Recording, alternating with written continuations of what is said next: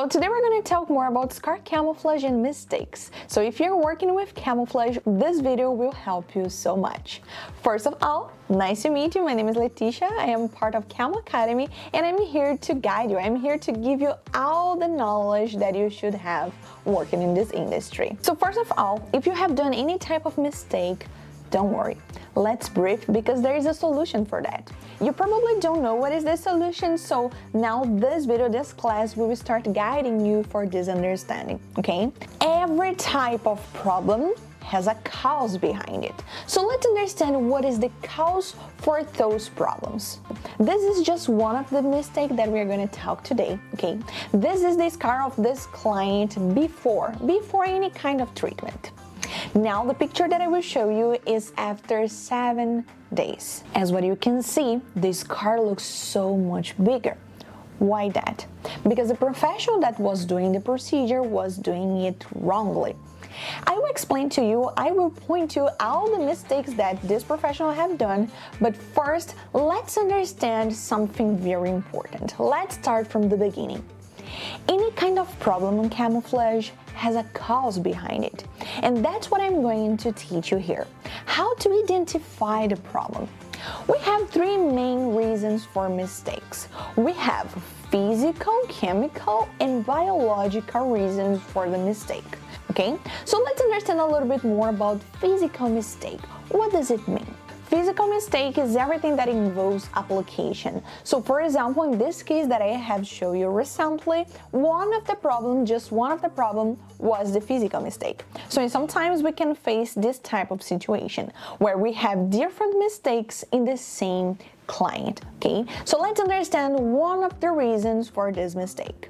The first mistake was the pressure.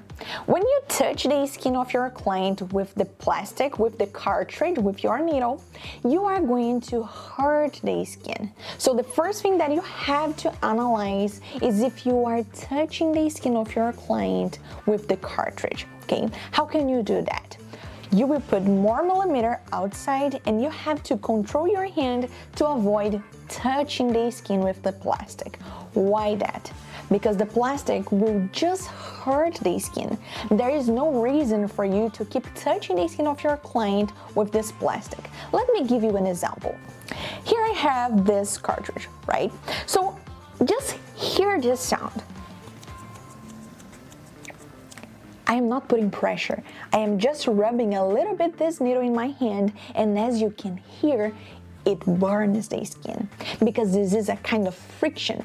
So the first thing that you have to avoid doing is touching the skin with the cartridge. That's the basic part. If someone was not teaching you it in class, this is something important and you have to be careful. Still in the physical mistake, we have more problems that was done here in this case. So let's understand a little bit more about this topic. First of all, she was touching the skin of the client, which can burn the skin. Second, the voltage of the machine. If you are using high voltage, there is no reason for that, unless you are tattooing a crocodile, right? But if you are tattooing a human skin, there is no reason to you to use high voltage, okay? So the first mistake was the pressure, touching the skin with the cartridge, and then the voltage, and then needle depth. If you don't know about skin anatomy, you can go on Google. This is very simple, okay? You can do your own research if your teacher was not teaching you correctly, properly about skin anatomy and what is the depth that you should go. I recommend you to go on Google and try to find some medical research to understand. If someone told you that you have to use the same depth in all the cases, that's completely wrong. That's wrong because we have different thickness in our body. If you are tattooing the inner part of your arm, touch your skin right now. Can you feel how it is thin? It is super thin. So you can't use the same depth as if you are tattooing the back, okay, or the belly. You have to use different depth depending on the area that you are tattooing, okay? So that was another mistake done by this professional, okay? So we have the pressure, the needle depth, and the voltage. That's the 3 main mistakes that this professional have done, okay? Coming back now. Okay, so the physical mistake, now you can start understanding a little bit better and you have some tips here that can guide you a little bit better. But now what else? what else was the problem for this case? Chemical problems, okay? When we see this list again, we have the physical, the chemical, and the biological problems that can be the cause for the mistake. So for this specific scarf, the problem was the physical one because of the reasons that you already know, and the chemical one. What is chemical mistake? Any kind of product, ink, or serum that you are using can be the chemical problem. Okay, so in this specific case, the problem was the ink used, okay, because this professional was using color matching for this type of scar, which is completely wrong. Why that? If you are working in a darker scar, that means this person have an excess of melanin. The color matching technique we use just for white marks. Why that? It's very simple. Think with me. If you have a white mark, that means you have a lack of color. So you're going to create a color using your tattoo inks to implant in this area that has the lack of color. Now, when we are working in a darker scar, that means we have an excess of color. We have an excess of melanin. So why you are going to use even more color? Why you are going to put even more color in it? It doesn't make sense, right? So that's why when this client was passing through the whole healing process, and when it heals, that's why it got darker surrounding the skin. Okay, as you can see in the picture here, you can follow the progress. So we have the before, 7 days, and then when it heals. So in cases like this, if you have done a mistake like this, you should wait between 8 months to 1 year to be able to work on it again. Why that? Because the skin is not as stable. The skin should be strong enough to receive more color, okay, to receive more aggression, let's say. Of course, we are not going to create any kind of damage in the skin, but even if you are working correctly, you are going to hurt the skin, even if it is a little bit.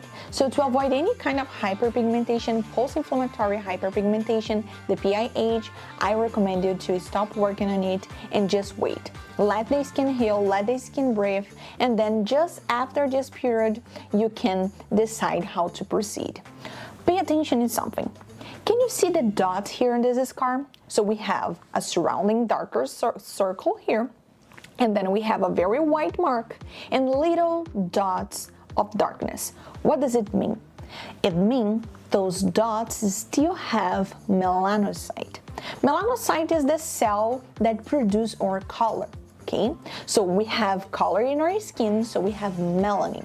Who are producing this color is this cell, okay? It's like the fodder, let's say. So this fodder is creating some dots of color. So as this scar is not stable enough, that means during those months, until 8 months of healing process, this specific cell, this fodder, can produce more color, more melanin, and can spread this melanin through the surrounding skin. So we have two main probabilities. Or this white mark will remain white, and then you should go with color matching when it heals, or it will get darker incompletely because you will still have the melanocyte in some dots, okay? So as I am treating this client, I am with her from a long time, I am fixing this problem, I know exactly how it heals. So let me show you here. It heals darker, okay? So remember, we had two main probabilities.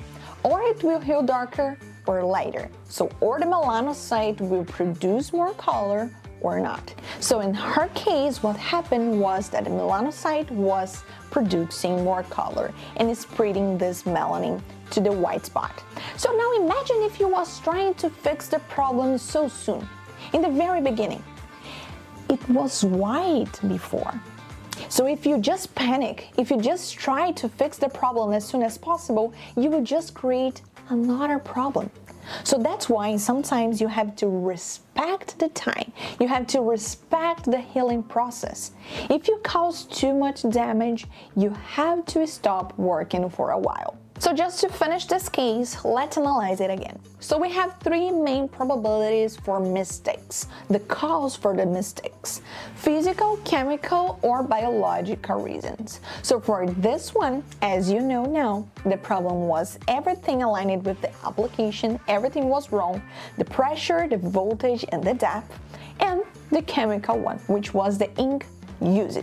Because if you are using color matching for a darker scar, that means you are just going to add even more color on it.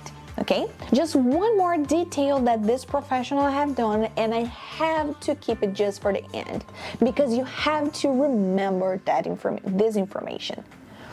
If you are tattooing a dot, that means you have to implant the color just in the dot. That doesn't mean you can spread the color in the surrounding skin. And that's what the teacher of this professional was telling her. She was telling her that she should go in the surrounding skin with the color matching to blend with the color of the mark. So using color matching for a darker scar, and instead to be just on the mark, she was tattooing surrounding it. Think with me. Does it make any sense for you? Because for me, it doesn't make sense. If the surrounding skin have melanin, why you are going to implant even more color in it? Okay? So I will do a part 2 explaining a little bit more about mistakes. So leave a comment here for part 2.